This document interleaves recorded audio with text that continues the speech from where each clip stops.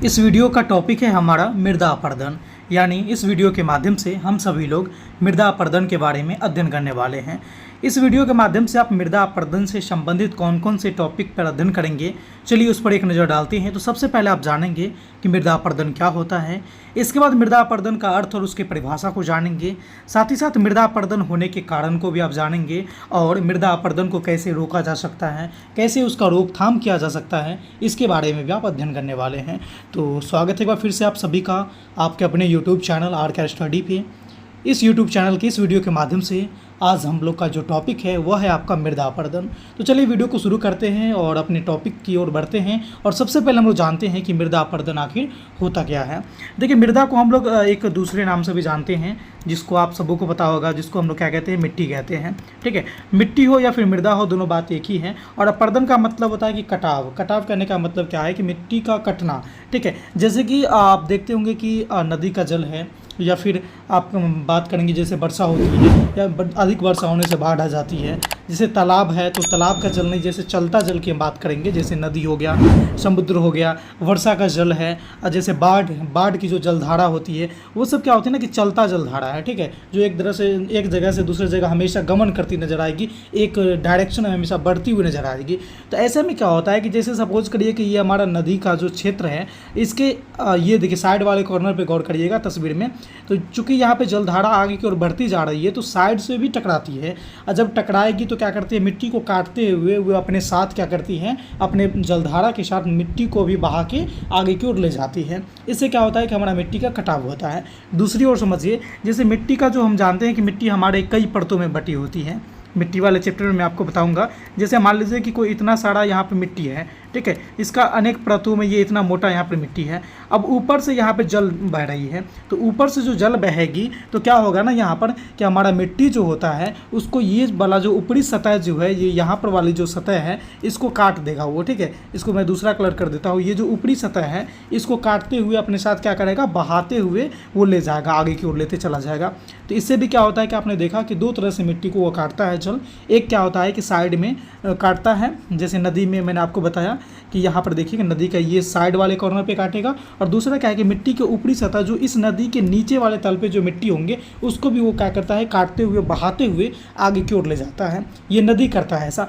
जब तेज़ बारिश होती है तो आप देखेंगे कि मिट्टी पर जो डायरेक्ट पड़ती है बारिश की बूंदें, उतनी ऊंची से गिरने वाली बारिश की बूंदें जब मिट्टी पर डायरेक्ट पड़ती है तो क्या करती है, मिट्टी को वहाँ पर क्या करती है, उधेड़ देती है। मतलब जहाँ की मिट्टी कमज़ोर होती है तो बार बार एक ही सतह पर बूंद बूंद पड़ते पड़ते क्या होगी, वहाँ पर मिट्टी को खोखला कर देती है, जिसके फलस्वरूप क्या होता है कि वहाँ पर भी आप देखिएगा मिट्टी का कटाव दिखने को मिलेगा। और बारिश के जल की जो धारा होती है वो साथ में उस मिट्टी को भी अपने साथ बहा ले जाती है। तो ये भी हमारा मिट्टी का कटाव का एक कारण बनता है। तो आप पाएंगे इसी को मृदा अपरदन कहते हैं। ठीक है, जो मैंने अभी आपको बताया इसी को मृदा अपरदन कहते हैं। इसको आप समझिएगा कैसे, तो चलिए इसको देखिए कि जैसे कि हमारा नदी है, समुद्र है, बाढ़, वर्षा जल इत्यादि की जलधारा के बहाव के कारण क्या होता है कि किनारे या ऊपरी सतह की जो मिट्टी होती है वह बहकर दूसरे जगह तक पहुंच जाती है। और इसी प्रक्रिया को हम लोग क्या कहते हैं, मृदा कहते हैं। किनारे के बारे में और यहाँ पर ऊपरी सतह, दो टर्म मैंने यहाँ पर यूज किया है। एक है आपका किनारा और दूसरा है ऊपरी सतह।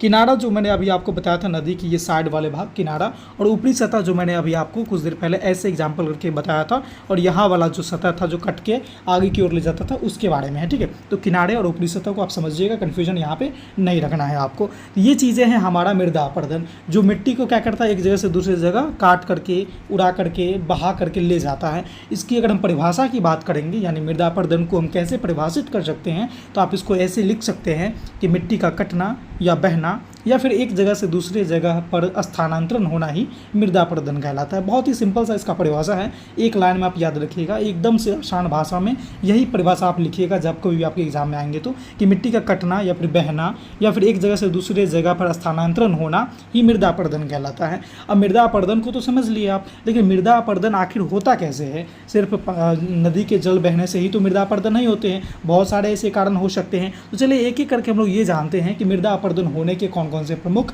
कारण है आपके। सबसे पहला जो पॉइंट आएगा यहाँ पर कि अधिक वर्षा होने से भी हमारा मृदा अपरदन होता है, जिसे मैंने अभी आपको समझाया था कि तेज़ बारिश की बूंदें जब ज़मीन पर जाकर टकराती है तो मृदा अपरदन का वो क्या करती है, कारण बनती है। तो अधिक वर्षा का होना यानी तेज़ वर्षा का होना भी मृदा अपरदन का क्या है, कारण बनता है। दूसरा है बाढ़ का आना। बाढ़ अपने साथ क्या करती है, मिट्टी को बहा करके ले जाती है, जो भी हमारा क्या है, मृदा अपरदन के कारण बन जाते हैं। ठीक है, नेक्स्ट पॉइंट है आपका कि नदी, समुद्र तथा अन्य जलधारा का बहाव।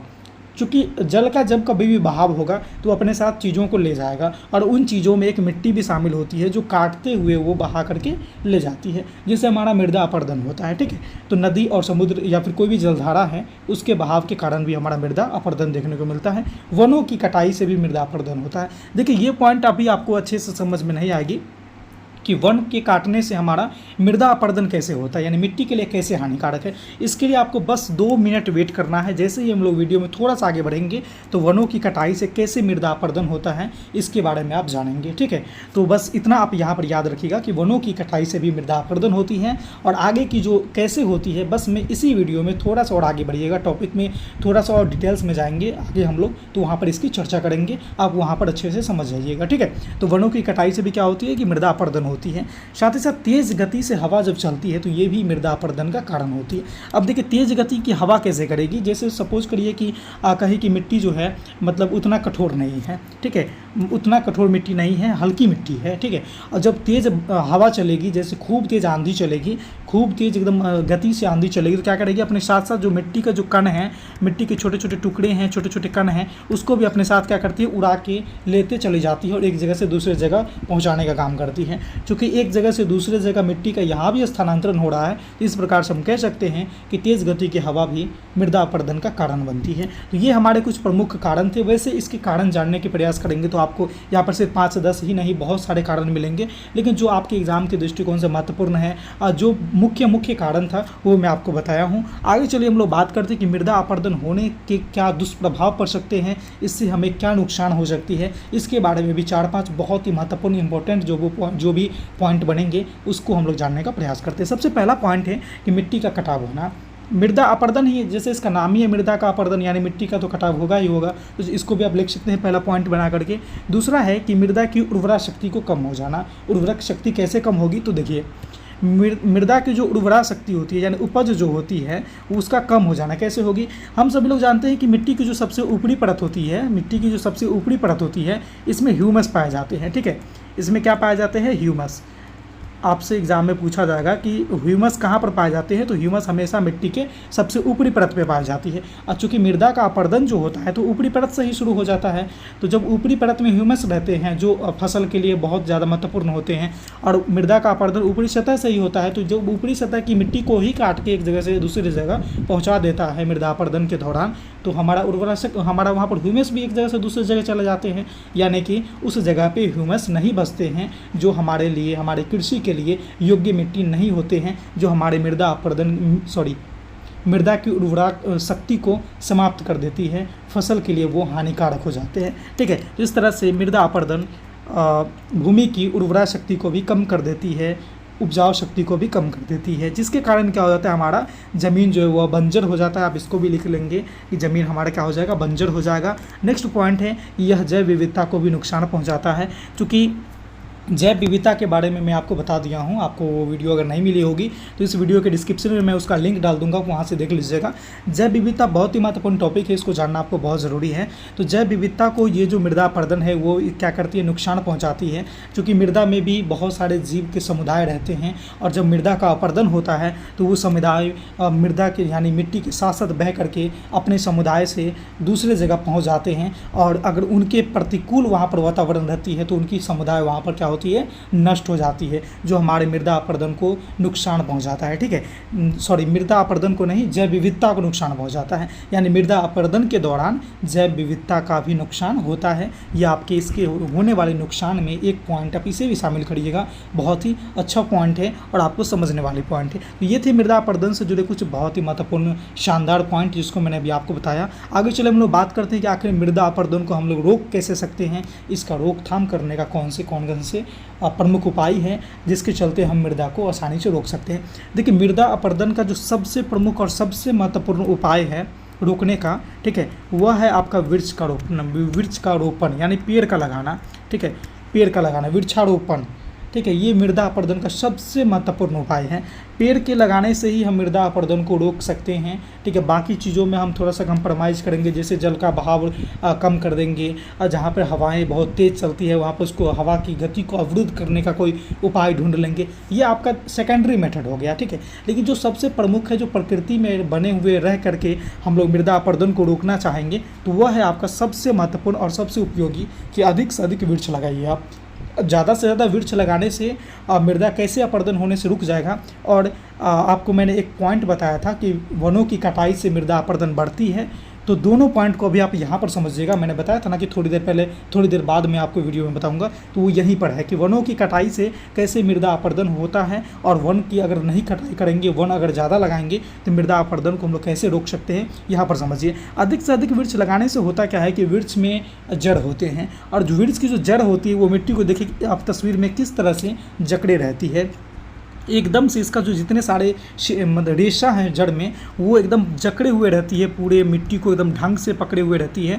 जिससे क्या होता है कि आसानी से जब यहाँ पर जल का बहाव होगा, इस सतह से जब जल यहाँ पर गुजरेगा, तो आसानी से ये मिट्टी को अपने उस बहाव में नहीं जाने देता। क्यों? क्योंकि ये एकदम से जकड़े रहती है। कौन जकड़े रहती है? तो वृक्ष के जड़ जकड़े रहती है। इसीलिए वृक्ष का होना बहुत ज़रूरी है और वृक्ष का लगाना बहुत ज़रूरी है। वृक्ष को यदि आप ज़्यादा लगाते हैं तो मृदा के अपरदन होने से बचा सकते हैं। अगर वृक्ष की कटाई आप ज़्यादा कर दीजिएगा तो वृक्ष रहेंगे नहीं, यानी जड़ की संख्या नहीं कम रहेगी। अब जब जड़ ही नहीं रहेंगे तो मृदा को बहने से रोकेगा कोई, रोकने वाला कोई होगा ही नहीं। इसीलिए वृक्ष की कटाई से हमारा मृदा अपरदन बढ़ता है, और मृदा अपरदन को रोकना है तो आप अधिक से अधिक मात्रा में वृक्ष को लगाइए। तो आई होप कि आपको दोनों पॉइंट यहाँ पे समझ में आ गई होगी, जो पीछे वाले पॉइंट भी और यहाँ पर भी।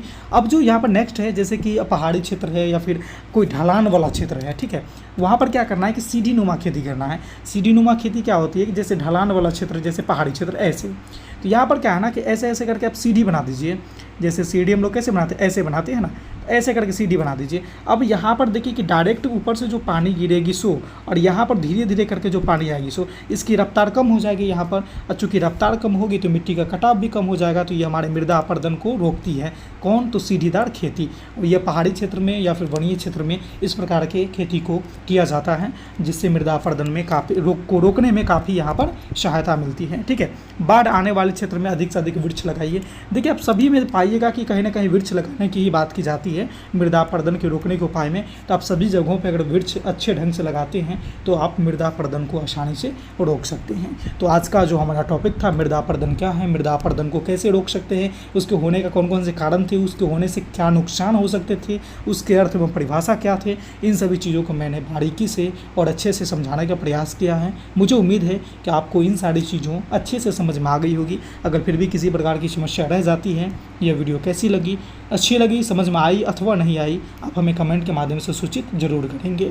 अगर आप हमारे चैनल पर पहली बार आए हैं, पहली बार इस वीडियो को देख रहे हैं, तो चैनल को सब्सक्राइब कर लीजिए और साथ ही साथ बेल वाले आइकन को इसलिए प्रेस कर लीजिएगा क्योंकि इस तरह के रोचक, महत्वपूर्ण और उपयोगी वीडियो में जब कभी भी अपलोड करूँ तो उसका नोटिफिकेशन आप तक सबसे पहले पहुँच जाए। तो इस वीडियो में बस इतना ही था, फिर मिलते हैं अगले वीडियो में नए टॉपिक के साथ। तब तक के लिए देखते रहिए हमारे चैनल आर कर स्टडी को। धन्यवाद।